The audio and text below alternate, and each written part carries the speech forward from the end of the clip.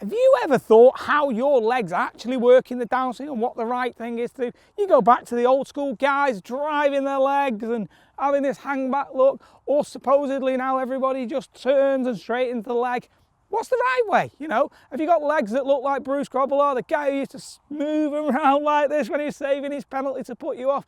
If you struggle with what your legs are supposed to do, this video is going to be essential for you to watch because it's guaranteed to help you understand what to do with your legs to make your golf swing more functional and get you more consistency.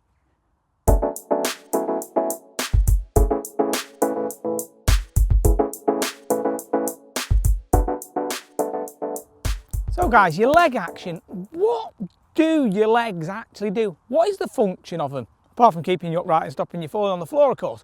But what is the main function of the sequence of the order that you see on the way down? You might see like GG Swing Tips, who talks massively about the legs separating like this, and then you'll get some other guys who are talking about the legs getting closer together. Well, maybe somewhere in between the two is the perfect thing.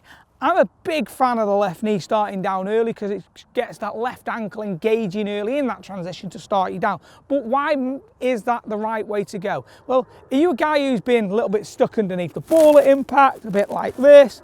Or have you been trapped or chicken wing or had too much flip?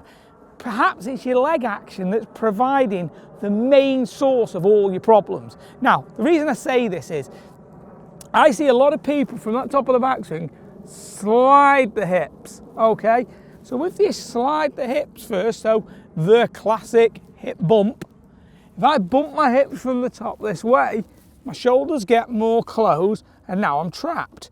But what will actually happen is the knees actually inwards, and then from there, both the knees drive to get past the pelvis. So they've both gone linear or lateral. Now what's going to happen is I've got no room. So the only way for the club to go is to go up and over and for me to lean back. So this is like a 1960s, 70s style finish with the club quite upright. So for some of the older players, you'd have seen them swinging in that manner.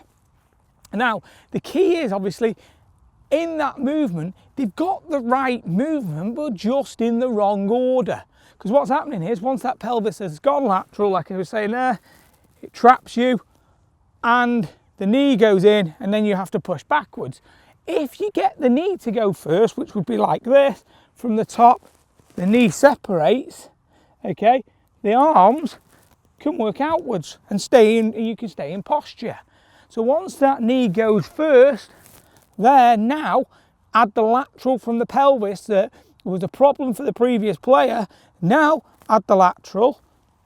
Now it's pushing on the way through, but it also turns into rotation, okay? Because the right hip and right knee are going to push to close the gap to the left.